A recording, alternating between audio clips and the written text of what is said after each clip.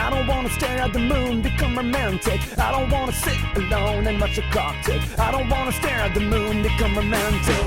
All I need is something new in my life. All I need is something new in my life. All I need is something new in my life. All I need is something new.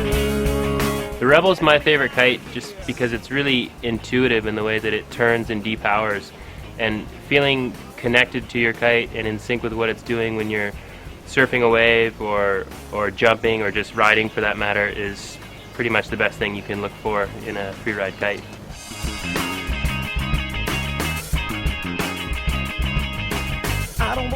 We knew we wanted to make the Rebel really smooth so that it doesn't luff and doesn't flutter very much. And the place where most of the fluttering comes from on a kite is on the sides in this area. So we moved this quarter strut down a little bit, closer to the tip strut, to make this flutter-prone area a little smaller. And we flattened out the canopy in the area with some fairly subtle seam shaping that makes this area a lot less fluttery and less prone to luffing, which as a result makes the kite turn more smoothly, handle gusts more smoothly, and makes the bar feel steadier so that it's not shaking every time you sheet out. I guess I could make a car analogy here. You know the road is rough and wind noise is loud, but you don't really feel it inside an expensive, well-built car.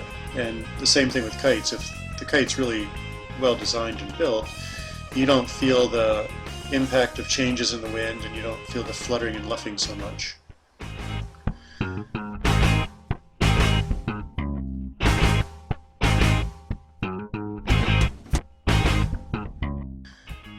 Another thing we've done with the new Rebel is gone to a more square tip, what we're calling the adaptive tip. And this includes an adjustable backline bridle. This gives us a little more adjustability for bar feel and turning speed. So if you want a harder bar feel, you can adjust the backline like this, using the lower knot. And if you want a softer bar feel, you can move the forward bridle line to the knot closer to the kite tip, and you get a little less feedback, meaning lighter bar pressure, but slightly quicker turning and softer power development.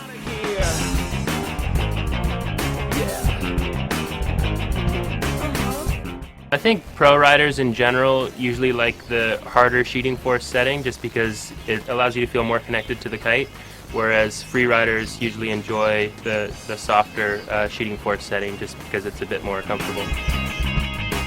I don't want to waste my time on contradictions. I don't want to close my eyes. The fifth element system is the safest system in kite surfing.